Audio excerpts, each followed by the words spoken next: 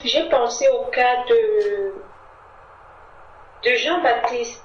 C'est-à-dire, c'est pas très similaire, mais il y a un passage dans Marc 6 où le roi Hérode craignait Jean-Baptiste et faisait tout ce que Jean-Baptiste lui disait. Mais après, j'ai pas très bien compris ce qui s'est passé. J'ai pas très bien compris en fait cette relation qu'il entretenait avec le roi Hérode, qui le craignait et qui le trouvait juste. Et il est dit aussi qu'il faisait ce que Jean-Baptiste lui demandait de faire. Et je crois que Jean-Baptiste lui reprochait en fait, je ne sais pas comment on peut appeler, adultère. Et quand tu parlais du cas de la femme de Potiphar, j'ai un peu associé ça à la femme du roi Hérode, de la manipulation. Et j'avais beaucoup prié pour demander au Saint-Esprit de m'expliquer. Et après, j'ai compris que, en fait, je ne sais pas si c'est vraiment ça, mais j'ai compris qu'il craignait Jean-Baptiste et qu'il craignait pas l'Éternel. Donc, il y avait une différence. Et lorsque tu parlais de Joseph avec la crainte de l'Éternel, j'ai compris que vraiment on est ferme. Quand on craint l'Éternel, on est ferme. Donc, peut-être si le roi Hérode avait été converti par Jean-Baptiste, il aurait peut-être pu résister à la manipulation de sa femme. Je ne sais pas, mais j'ai trouvé un peu un parallèle par rapport à ce passage qui m'a beaucoup... ça m'a beaucoup touchée. J'ai même eu des larmes par rapport à la manière dont Jean-Baptiste a été... Il a été tué et, avec l'histoire, comment Marc il a raconté, j'étais vraiment perdue et j'ai trouvé ça très triste de dire qu'avec le roi, il y avait cette relation de crainte, il était un homme droit, juste. Donc j'ai besoin vraiment de comprendre la mission de Jean-Baptiste dans la cour de ce roi et ce que le Seigneur en fait veut nous enseigner par rapport à ce passage, parce qu'il avait cette relation de proximité avec le roi qui le craignait. Et j'aimerais savoir qu'est-ce que le roi faisait. Bon, je sais qu'on ne va pas inventer, mais quand il est dit que le roi faisait ce qu'il lui disait, quoique il n'a pas renoncé au mariage, je ne sais pas comment je peux appeler ce mariage qu'il avait épousé la femme de son frère, donc il faisait ce que Jean-Baptiste lui demandait de faire, mais par contre Jean-Baptiste insistait beaucoup plus sur cette relation, sur ce mariage qui n'était pas agréable aux yeux de l'Éternel. Donc j'ai été un peu troublée par rapport à ce chapitre, par rapport à ce passage en Marc 6. Je pense que ça commence au verset 14, si je ne me trompe pas bien. Je ne sais pas si la question vraiment... avec la rébellion des enfants, je ne sais pas, mais j'avais besoin d'être mieux éclairée par rapport à ça et savoir ce que le Seigneur attend aussi de ses serviteurs quand ils vont prêcher la nouvelle auprès des rois et j'aimerais bien comprendre la mission de Jean-Baptiste, sa relation avec le roi Hérode. Je sais pas, ça m'a un peu troublée et j'ai trouvé cette histoire un peu, je sais pas, ça m'a beaucoup troublée. Ok, voilà. Bon.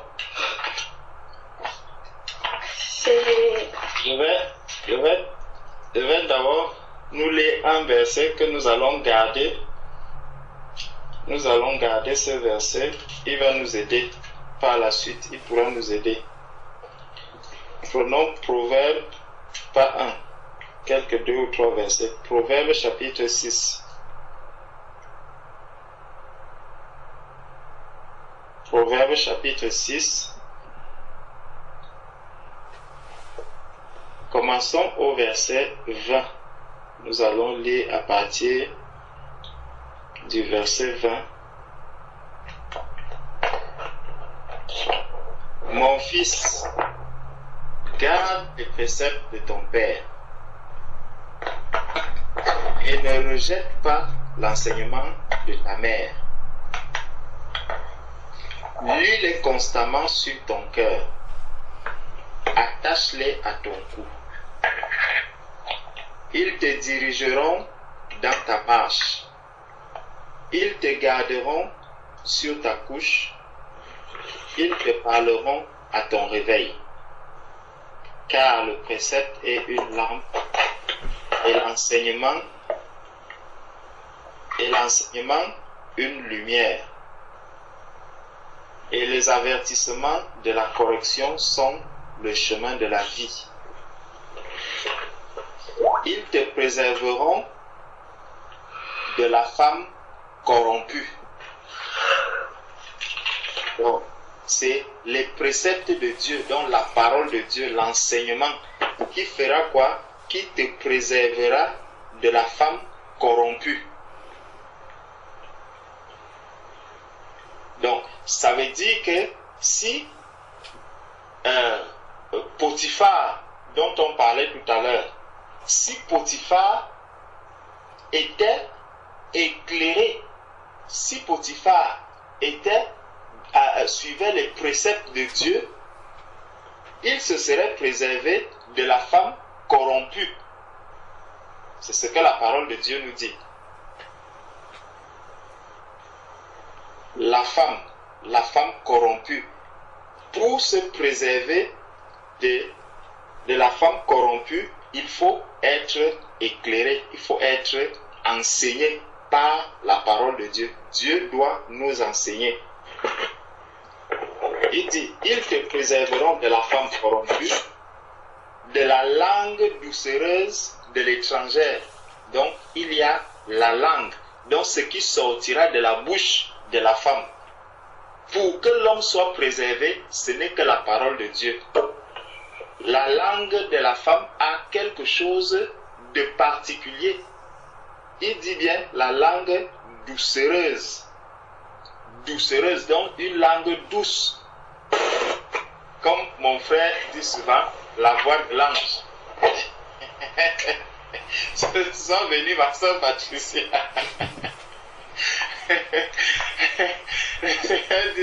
Mon frère Thierry dit souvent que la soeur Patricia a la voix de l'ange. Toi, tu n'as pas la langue doucereuse. Est-ce que tu es déjà un enfant de Dieu? Il parle des femmes corrompues. Donc, ils te préserveront de la femme corrompue, de la langue doucereuse de l'étrangère. Et il dit, ne la convoite pas dans ton cœur pour sa beauté. Ne la convoite pas dans ton cœur pour sa beauté et ne te laisse pas séduire par ses paupières. Les paupières encore, c'est la bouche. Ne te laisse pas séduire. Et ce n'est que la précepte, l'enseignement qui va aider l'homme à tout ceci. Verset 26. Car pour la femme prostituée, on se réduit à un morceau de pain et la femme mariée tend un piège à la vie précieuse. Voilà. Quelqu'un mettra-t-il du feu dans son sein sans que ses vêtements s'enflamment? Quelqu'un marchera-t-il sur ces charbons ardents sans que ses pieds soient brûlés? Il en est de même pour celui qui va vers la femme de son prochain. Quiconque la touche ne restera pas impuni. Quiconque la touche ne restera pas impuni. Voilà pourquoi ceux qui sont en train de persécuter même l'épouse de Christ ne resteront pas impunis. Ceux qui sont en train de persécuter, ça veut dire que il dit, si quelqu'un touche dit, il en est de même pour celui qui va vers la femme de son prochain. Quiconque la touche ne restera pas impuni. Donc quand on voit les femmes aujourd'hui qui divorcent, elle va rencontrer tel homme, il prend la femme qu'il prend, ce n'est pas sa femme, c'est la femme d'autrui. Le Seigneur dit que ces personnes ne seront pas impunies. Ils ne seront pas impunis parce qu'il aura touché la femme d'autrui. Il aura pris la femme d'autrui. On ne tient pas pour innocent le voleur qui dérobe pour satisfaire son appétit quand il a faim.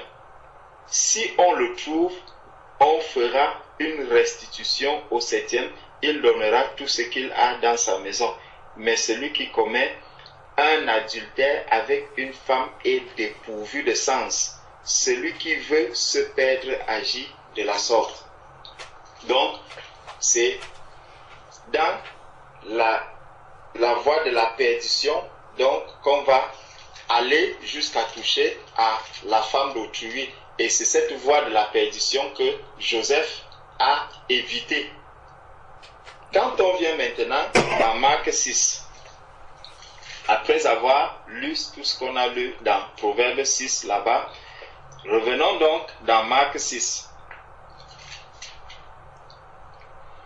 Dans Marc 6 à partir du verset 14, le roi Hérode entendit parler de Jésus, dont le nom était devenu célèbre, et il dit, Jean-Baptiste est ressuscité des morts. Et c'est pour cela qu'il se fait par lui des miracles. D'autres disaient c'est Élie et d'autres disaient c'est un prophète. C'est un prophète. Mais Hérode, en apprenant cela, disait, ce Jean que j'ai fait décapiter.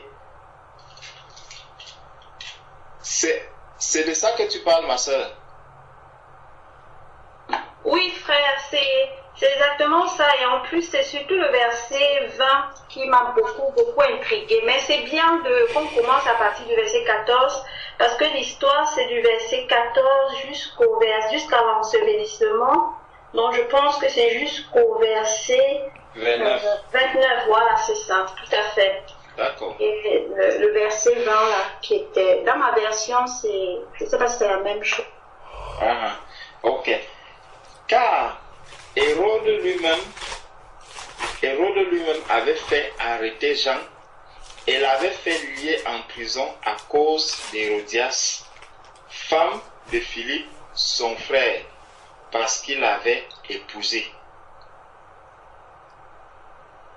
Tu vois, femme d'Hérodias, son frère, parce qu'il l'avait épousée. Donc, on voit déjà ce que le Seigneur a dit par rapport à la femme d'autrui. Les instructions que le Seigneur a données par rapport à la femme d'autrui. Dans Proverbe 6, verset 32, il dit, « Mais celui qui commet un adultère avec une femme est dépourvu de sens. Celui qui veut se perdre agit de la sorte. » Il agit de la sorte. Et le prophète, donc, lorsqu'il y a un prophète, le prophète vient pour parler de la part de Dieu. Donc Jean-Baptiste qui était là, il parlait de la part de Dieu, il dénonçait les œuvres des ténèbres. Il révélait au grand jour ce qui était caché, ce qui était ténébreux.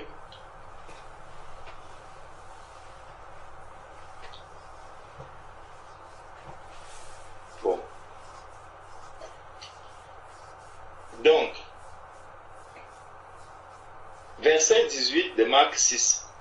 Et que Jean lui disait, il ne t'est pas permis d'avoir la femme de ton frère. Donc, Jean, ici, il fait le travail d'un prophète. Il vient révéler les œuvres des ténèbres. Le Seigneur nous dit, ne participez pas au péché d'autrui. Donc, mais dénoncer les œuvres des ténèbres. Jean-Baptiste ici est en train de les dénoncer. Il voit Hérode, qui est un roi, il fait des choses qui ne sont pas bien. mais il a le courage, il se lève. Donc, c'est une manière pour lui de dire, je ne fais aucun cas de ma propre vie, là où je suis là. Parce que ce que j'ai à faire, c'est de révéler la lumière, c'est de révéler les œuvres de Christ, c'est de montrer vraiment la puissance de Dieu. C'est de montrer que Christ est lumière. Donc là où Jean-Baptiste est, il ne va pas accepter les œuvres des ténèbres. Il ne va pas se taire alors que les choses, l'adultère est en train de se commettre devant ses yeux. Il faut qu'il parle. Il faut qu'il dénonce cet adultère. Et ça, cette dénonciation, ce n'est qu'elle qui peut aider Hérode à s'en sortir. Parce que si nous voyons le péché, au-devant de nous et que l'on se tait, comment la personne qui est en face de nous et qui n'a pas encore vu, qui n'a pas encore compris ce que c'est que la volonté de Dieu, parce que quand on regarde un peu le cas de David, qui a aussi commis un adultère, dans Proverbe 6, on a vu que c'est la parole de Dieu qui éclaire, c'est la parole de Dieu qui est une lumière. Et David, connaissant la parole de Dieu, David a fini par se repentir. Il a compris que l'acte qu'il a posé était mal, était mauvais devant le Seigneur. Donc, Jean-Baptiste vient aussi ici et il ouvre les yeux à Hérode. Il montre à Hérode le péché qu'il est en train de commettre. Donc, et que Jean lui disait, il ne t'est pas permis d'avoir la femme de ton frère. Hérodias était irrité contre Jean et voulait le faire mourir. Comme on a vu, effectivement, la femme qui est là-bas, telle que la femme de Potiphar a agi avec Joseph, de la même manière aussi, la femme de Hérode va agir avec Jean. Et tout ça, ça s'explique ici au Proverbe 6 que le Seigneur nous parle de la langue de la femme. Comment la femme peut utiliser sa langue, ses paupières, sa bouche, son vêtement à elle, les formes de la femme pour anéantir un homme. Voilà Joseph qui était au service du Seigneur, qui avait la crainte de Dieu. Mais une femme veut venir l'éloigner du Seigneur. Regardez un peu comment les femmes font tomber les serviteurs de Dieu aujourd'hui. Tu vois quelqu'un qui était affermi dans le Seigneur. Tu vois quelqu'un qui était vraiment bouillant dans le Seigneur. Mais à cause d'une femme, le ministère de l'homme est en train de chuter. Il finit par tomber. Et tout ça, pourquoi? À cause de la femme. À cause de la femme. Donc, le Seigneur nous dit,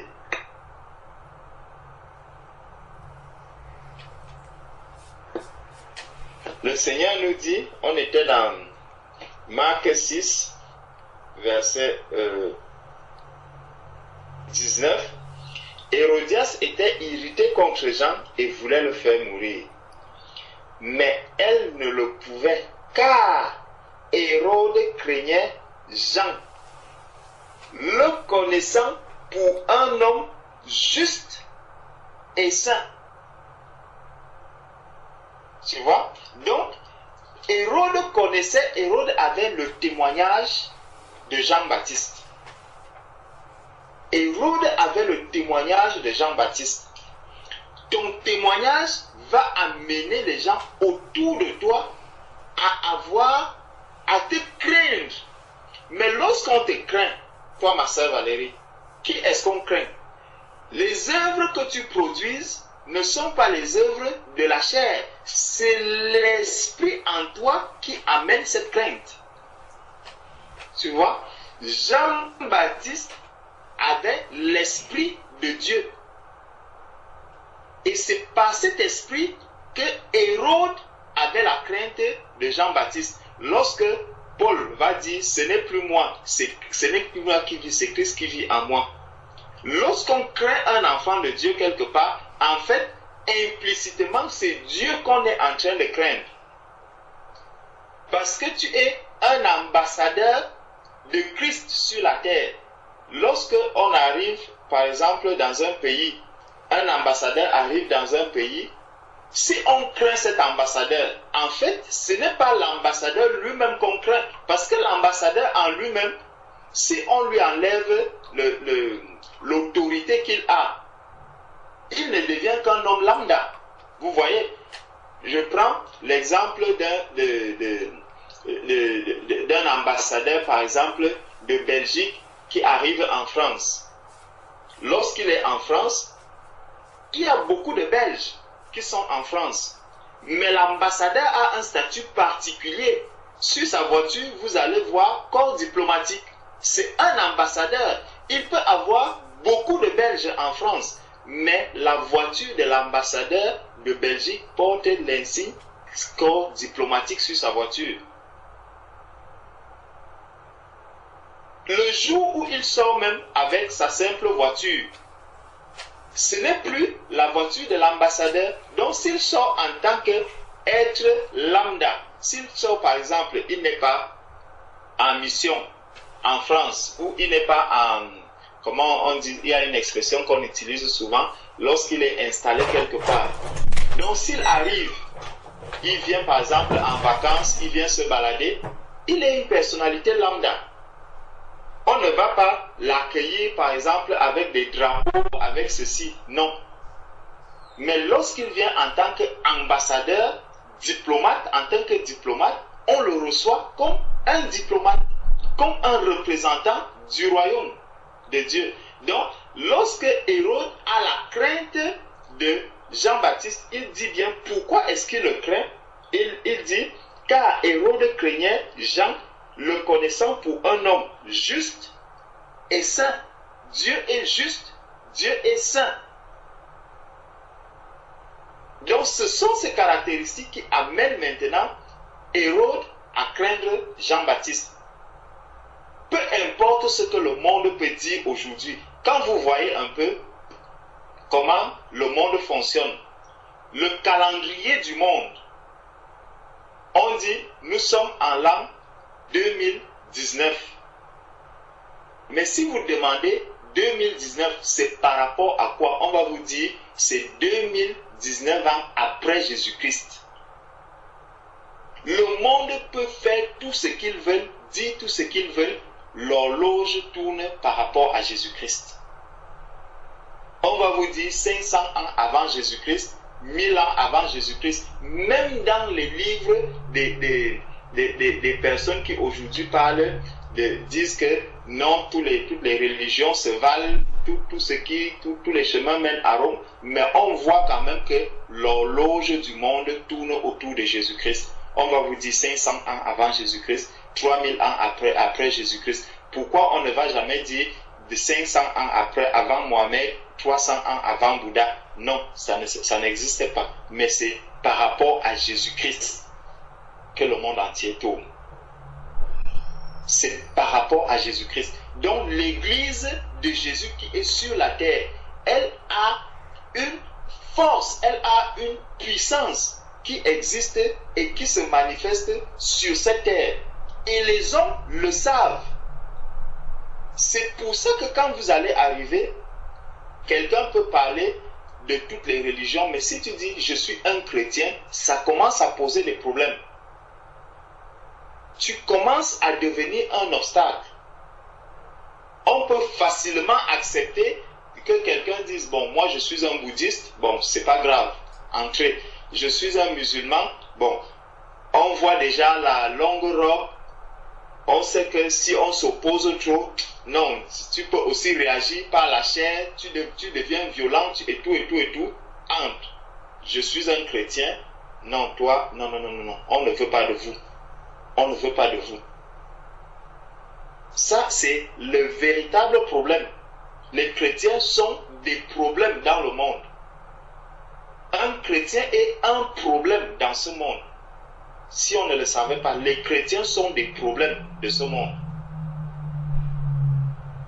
Et tout ça pourquoi? Parce que c'est le chrétien qui contrecarre les plans de l'ennemi contre le monde. Ça, le monde lui-même ne le sait pas. Le monde entier est sous la puissance du diable. Et comme la lumière est là, celui qui peut contrecarrer les œuvres du diable, le Seigneur Jésus est venu pour détruire les œuvres du diable. Et l'Église aujourd'hui continue à détruire les œuvres du diable. Voilà pourquoi l'Église est un problème pour le monde aujourd'hui. Donc, Hérode a la crainte de Jean-Baptiste parce que Jean-Baptiste manifeste les œuvres de Dieu justes et saints.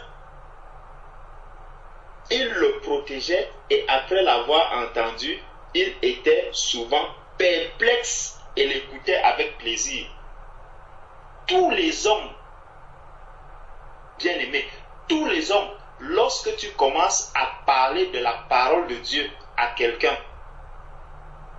la personne va t'écouter. Elle prendra plaisir à écouter la parole de Dieu parce qu'elle est la vérité, parce que c'est la lumière, parce qu'elle vient pour éclairer. Même s'il la refuse, mais il prendra un bon plaisir à écouter cette parole. Tu parles de la parole de Dieu à un parler qui est dur. Tu commences à lui parler, tu lui parles. À un moment, tu sens comment il reconnaît que non, ça, ce qu'on dit là, c'est cohérent, c'est la vérité, c'est ce qui sauve. Après, quand il finit d'écouter, il dit, c'est vrai, mais je ne peux pas le faire. Je préfère vivre ma vie, je suis tranquille dans ma vie. Vous voyez, c'est la même chose que Hérode faisait. Hérode avait la crainte de la sainteté de Dieu, il avait la crainte de la justice de Dieu. Peu importe l'homme qui est dans ce monde, lorsque tu te retrouves devant le juge, ton cœur commence à palpiter. Lorsque tu te retrouves devant la sainteté de Dieu, le péché, tu comprends que non, ça, ma vie n'est pas claire, ma vie n'est pas nette devant Dieu. Tu reconnais la vérité. Donc, on voit ici Hérode qui a la crainte de Jean. La Bible dit que Hérode craignait Jean, mais en réalité, ce n'est pas Jean que Hérode craignait Dieu.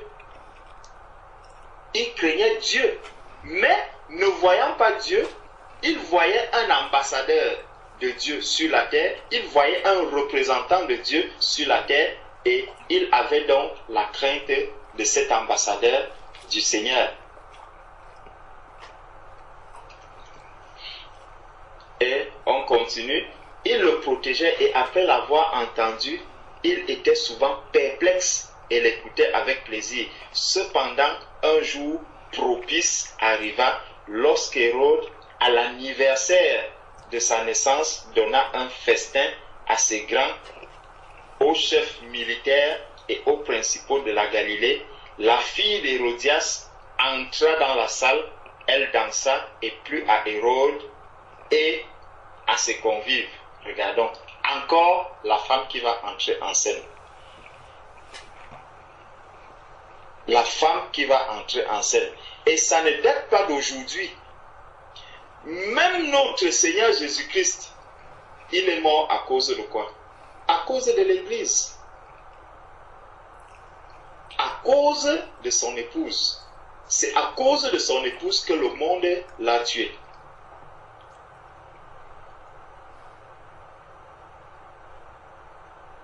Donc, voilà la fête qui commence. La fille d'Hérodias entra dans la salle.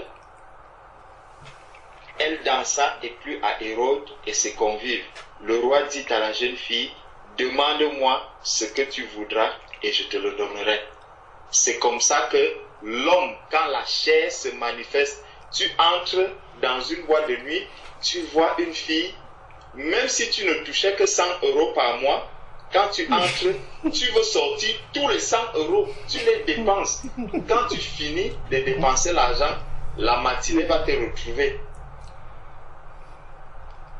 La matinée va te retrouver, la souffrance va te retrouver. Donc, Hérode fait donc une promesse maintenant. Et verset 23, il ajouta avec serment, ce que tu me demanderas, je te le donnerai, fût-ce la moitié de mon royaume. Même si tu me demandes la moitié de mon royaume, je te le donnerai. Regardez, on ne nous dit pas que la fille a parlé. La fille a fait quoi? Elle a juste bougé son corps, elle a juste dansé. Elle a juste dansé, donc elle a secoué sa tête, elle a secoué son corps. Hérode a vu, il a dit non. Ici, je tombe sans glisser. Ici, c'est fini. Viens, demande tout ce que tu veux, je te le donnerai. Pourtant, ce n'est pas les femmes qui manquent à Hérode. Ce n'est pas les femmes qui lui manquent. Donc, on nous dit, donc, il a fait un serment, verset 24. Étant sorti, elle dit à sa mère, que demanderai-je? Et sa mère répondit, la tête de Jean-Baptiste. Vite fait. Vite fait. Parce qu'elle voit que le Seigneur, regardons un peu ce qui est en train de se passer ici avec Hérode. On voit que Hérode a de la peine. Il avait la crainte de Jean. Mais à cause d'une femme, même cette crainte-là, elle va partir. Il va compromettre même son... Il va se compromettre, il va agir malgré lui. C'est comme ça aussi que quand on regarde comment Jésus-Christ est venu mourir, les hommes qui ont dit crucifiez-le, ils savaient, ils connaissaient le bien que Jésus-Christ leur faisait. Ils connaissaient que Jésus leur donnait à manger. Jésus leur faisait du bien. Jésus guérissait les personnes autour d'eux. Jésus accomplissait les miracles autour d'eux. Au point où ils sont prêts à ce niveau à dire libérez Barabbas, condamner Jésus. Le cœur de l'homme. Qu'est-ce qui se passe dans le cœur de l'être humain? À cause d'une femme, Jean-Baptiste va maintenant trouver la mort. La crainte que Hérode avait même de Jean-Baptiste, la crainte que Hérode avait de Dieu, cette crainte, elle disparaît à cause d'une femme.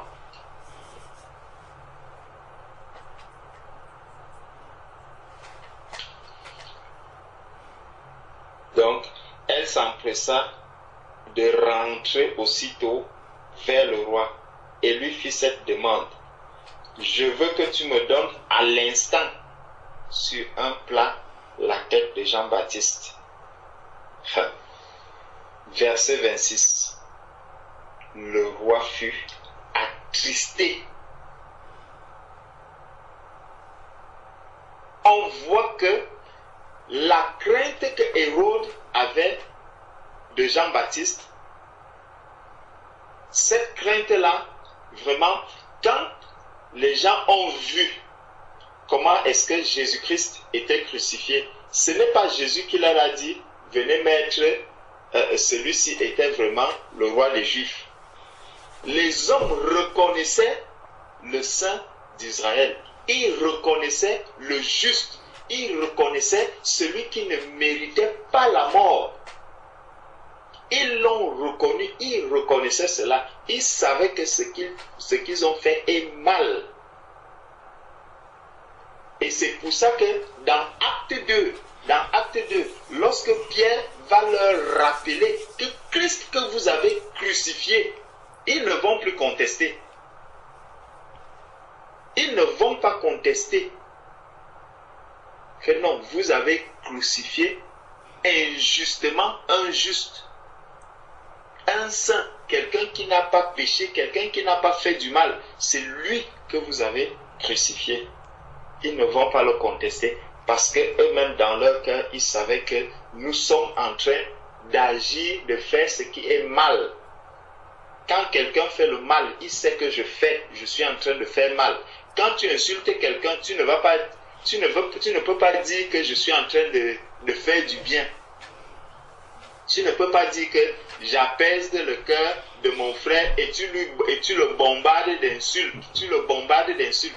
La seule chose que tu veux dans son cœur, c'est que soit il s'enflamme aussi, ou il se met à pleurer, ou il tombe en miettes. Donc, même si c'est un païen, quand il fait le mal, il dit qu'il sait qu'il fait le mal. Donc, ici, on nous dit, verset 26, le roi fut attristé. Mais à cause de ce serment et les convives, il ne voulut pas lui faire un refus. Regardons un peu les acteurs qui entrent en jeu ici et examinons-nous nous-mêmes. Le roi fut attristé. Donc, je vais savoir, on a vu que le fait qu'il soit attristé, c'est parce qu'il sait que l'acte qu'il va poser n'est pas bon. Donc, il connaît le bien. Il sait que ça, c'est mal. Mais il y a des acteurs qui vont entrer en jeu à cause de ces serments.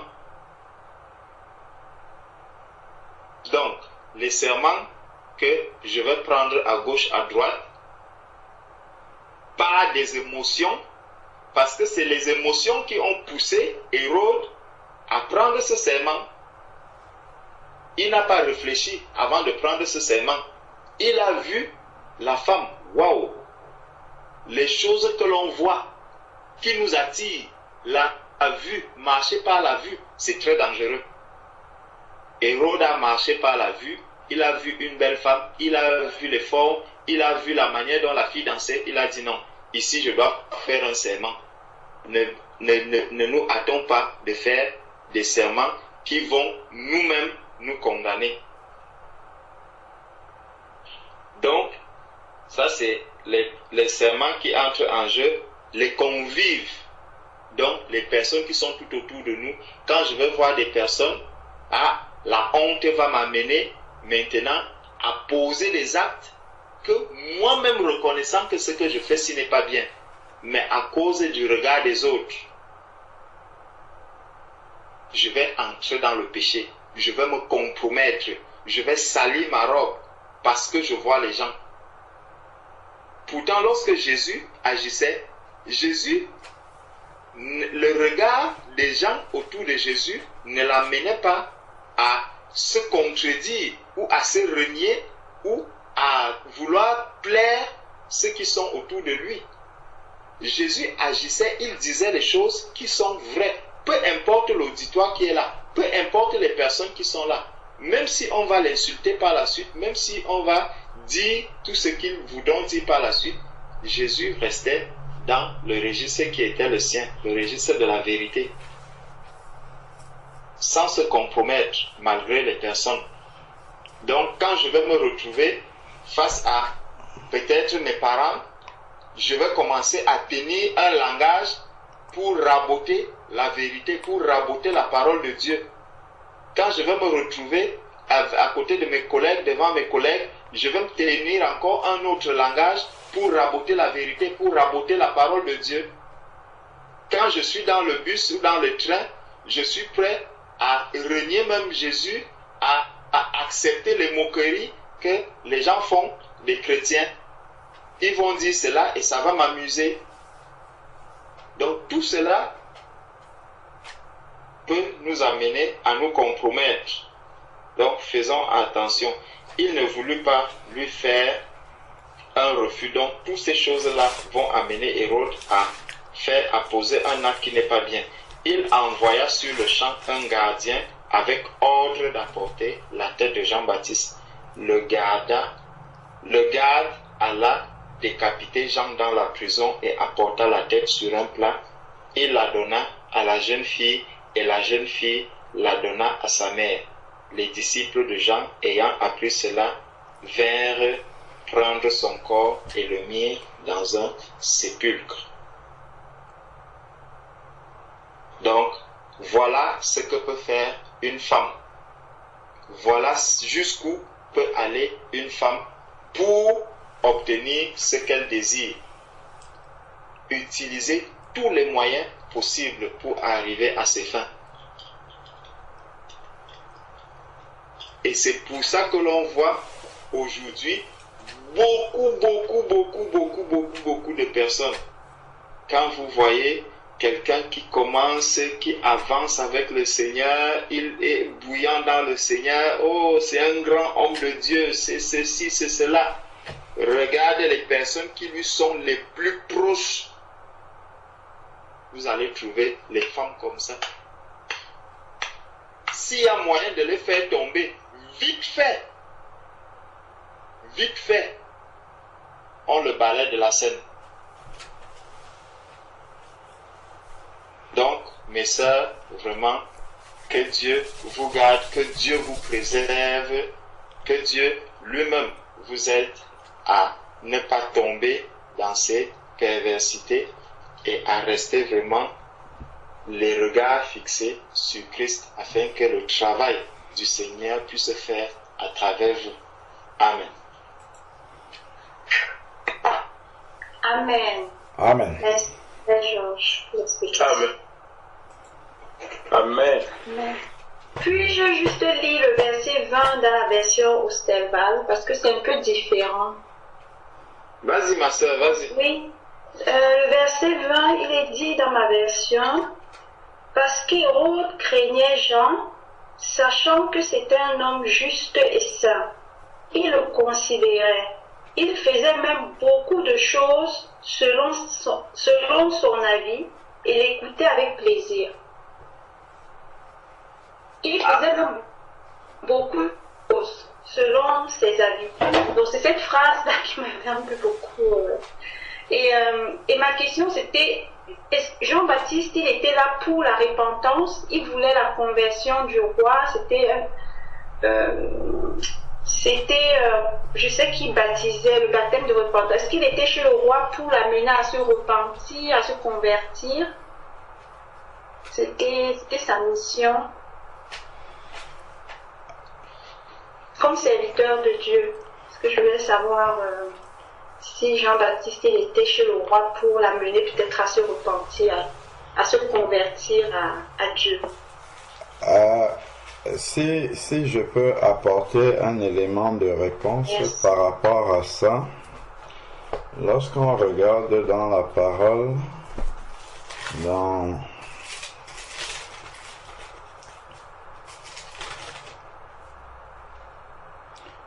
Matthieu chapitre 3, verset 1. Matthieu chapitre 3, verset 1. En ce temps-là parut Jean-Baptiste, il prêchait dans le désert de Judée, il disait, repentez-vous, car le royaume de Dieu s'est approché. Il prêchait, il disait, repentez-vous, car le royaume de Dieu s'est approché. Où est-ce qu'il prêchait? Dans le désert de Judée. C'est ce qu'on nous dit ici. Il prêchait dans le désert de Judée. Donc, ensuite, maintenant, il y a quelque chose ici. Voilà, quand nous regardons dans Matthieu, chapitre 11. Matthieu, chapitre 11.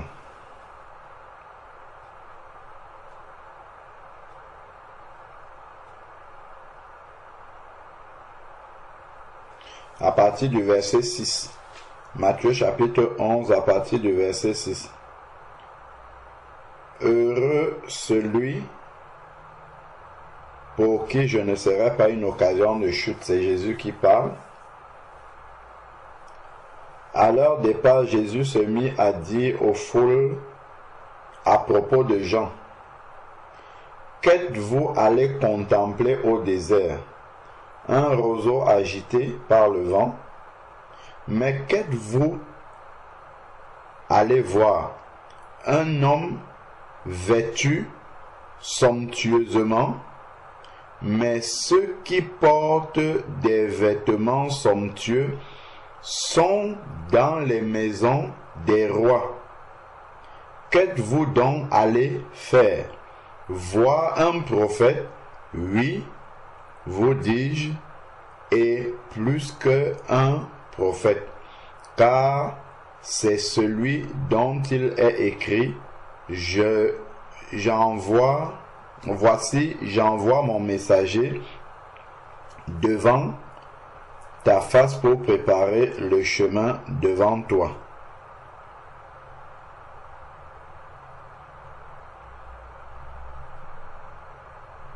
Donc, le Seigneur Jésus dit ici: qu'êtes-vous allé voir dans le désert? Donc, Jésus confirme en fait ici que Jean-Baptiste exerçait son ministère dans le désert. Et il donne même une précision. Il dit: est-ce que vous êtes allé voir quelqu'un qui mettait des vêtements somptueux? Retournons dans Matthieu chapitre 3. Matthieu chapitre 3 verset 4 nous dit comment Jean le Baptiste était habillé. Jean avait un vêtement de poil de chameau et une ceinture de cuir autour des reins. Il se nourrissait de sauterelles et de miel. Ça là, ce n'est pas la nourriture qu'on mange à la table d'un roi, ça. Tu vois? Donc, c'était vraiment quelqu'un qui prêchait dans le désert.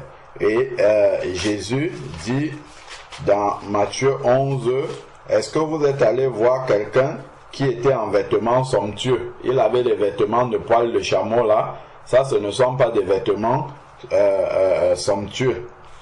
Et il dit que ceux qui ont les vêtements somptueux sont ceux qui vivent dans les maisons des rois.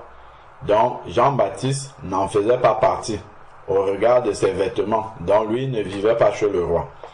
Donc, ce qu'on comprend, c'est que, je crois qu'il y a même un passage qui parle de cela.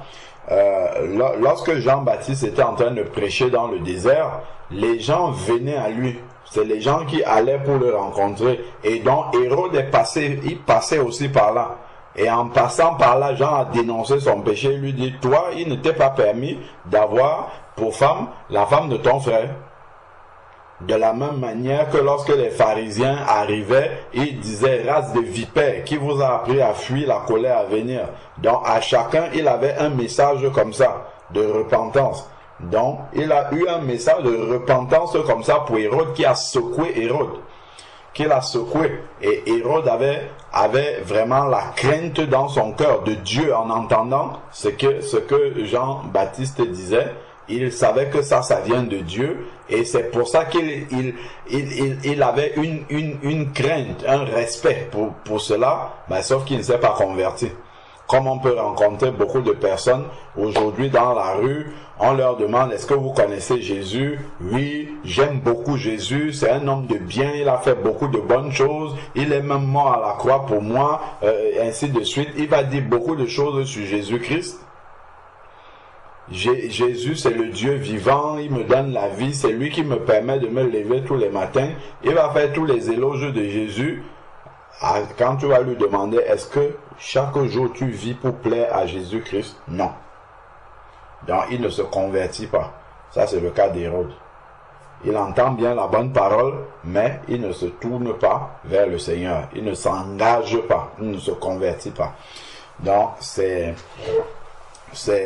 les paroles les versets que tu citais là dans Osterval, en fait, attestent que comment récemment, on l'appelle Hérode. Écoutez Jean, il savait que ça là c'est la voie de la vérité. Même les païens, parfois un païen, lorsqu'il traverse un moment, une situation un peu compliquée, où il a besoin d'une véritable sagesse pour s'en sortir, parfois il va venir demander des lumières à un enfant de Dieu. Et il va prendre ces lumières-là par intérêt, parce que ça va l'aider à sortir de cette situation, mais il ne se convertit pas pour autant. Donc il va profiter de ce conseil de lumière-là, qui va lui permettre de traverser une situation, et il va continuer, mais sans se tourner vers Dieu. C'était le cas d'Hérode. Donc, peut-être en écoutant Jean-Baptiste, il y a des paroles pertinentes qui touchaient son cœur. Il sait que ça, là, c'est une bonne parole. Il va piocher là-dedans, parce que ça va l'aider à traverser une situation, ou bien même d'être en paix avec sa conscience, et c'est tout. Mais ce n'était pas un disciple de Jean-Baptiste. C'était simplement, comme on peut dire, des sympathisants, comme les sympathisants de la foi chrétienne. Il y a des personnes qui sont aussi des sympathisants aujourd'hui de la foi chrétienne. Ils sont d'accord avec tout le message de la parole, mais ils ne l'appliquent pas. Comme quelqu'un va te dire, je suis croyant, mais non pratiquant. Je ne sais pas ce que ça signifie, mais bon, c'est un peu le cas. Voilà, je suis croyant, mais non pratiquant. Donc, il est d'accord avec tout le message, sauf qu'il ne le met pas en pratique. Donc, il n'est pas converti. Ça, c'était le cas d'Hérode.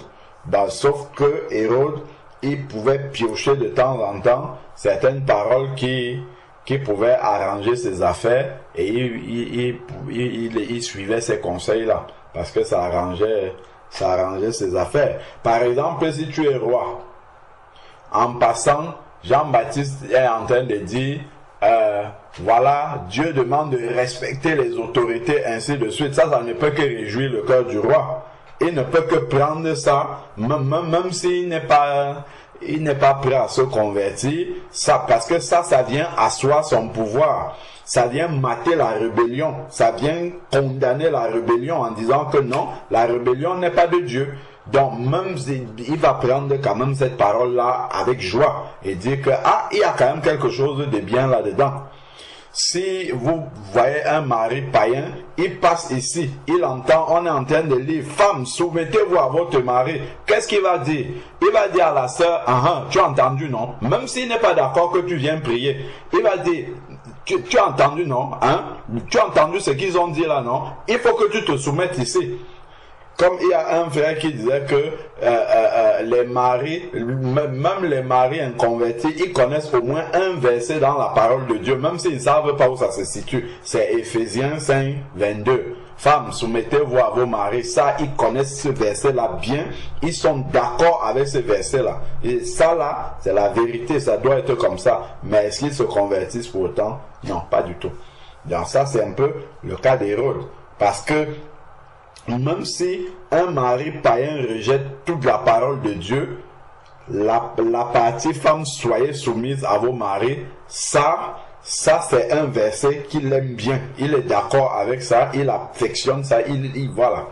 Donc si tu le vois seulement citer ce verset-là, si tu ne creuses pas un peu plus, tu peux croire que ça c'est un défenseur de la parole de Dieu, alors que il est simplement en train de faire sa petite salade spirituelle où il prend l'ensemble de ce qu'il arrange et puis il dit bon voilà ça c'est un bon homme de Dieu, hein. C'est vraiment, il prêche sur les femmes, l'attitude des femmes, ainsi de suite, parce que ça ne peut que lui amener des bonnes choses. J'ai même souvent entendu parler des personnes qui ne sont pas converties à Jésus-Christ, mais au moment où ils veulent chercher une femme, ils vont à l'église. À l'église, comme on disait, ils s'assoient à l'église, ils font semblant d'être convertis là au milieu pour avoir une femme bien réglée, bien soumise, ainsi de suite. Parce que ça, au moins, ça l'intéresse. Donc c'est un peu ça le cœur d'Hérode, ce que nous lisons là, c'est un peu cela le cœur d'Hérode. Voilà, c'est comme ça que je comprends ce passage là. Amen. Amen. Amen. Ça a été clair, ça a été clair. C'est bien, merci. Gloire au Seigneur. On doit aimer. Amen, amen. Si je peux encore ajouter Amen. quelque chose dans Matthieu 14. Dans Matthieu 14, verset 3. Car Hérode, qui avait fait arrêter Jean, l'avait lié et mis en prison à cause d'Hérodias. Donc, Jean-Baptiste lui avait tellement dit la vérité sur Hérodias qu'il a fini par dire enlevez cet homme. On voit que vraiment c'est chaud, hein? N'ayons pas peur des combats, n'ayons pas peur de la maltraitance et de ce que nous pouvons subir à l'extérieur. C'est le prix à payer. Étienne a payé ce prix, nous aussi. Soyons prêts.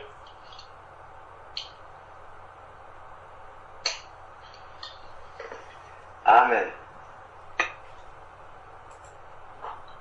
Amen. Amen.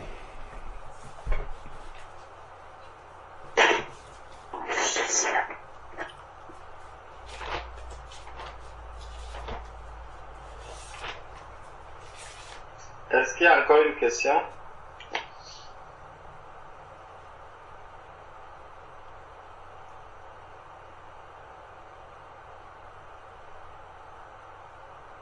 Maman Amélia, tu avais un sujet de prière.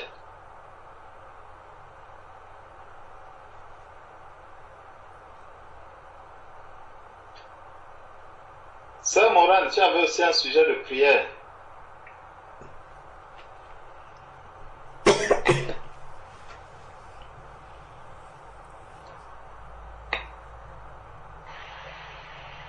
Bon, le sujet de prière,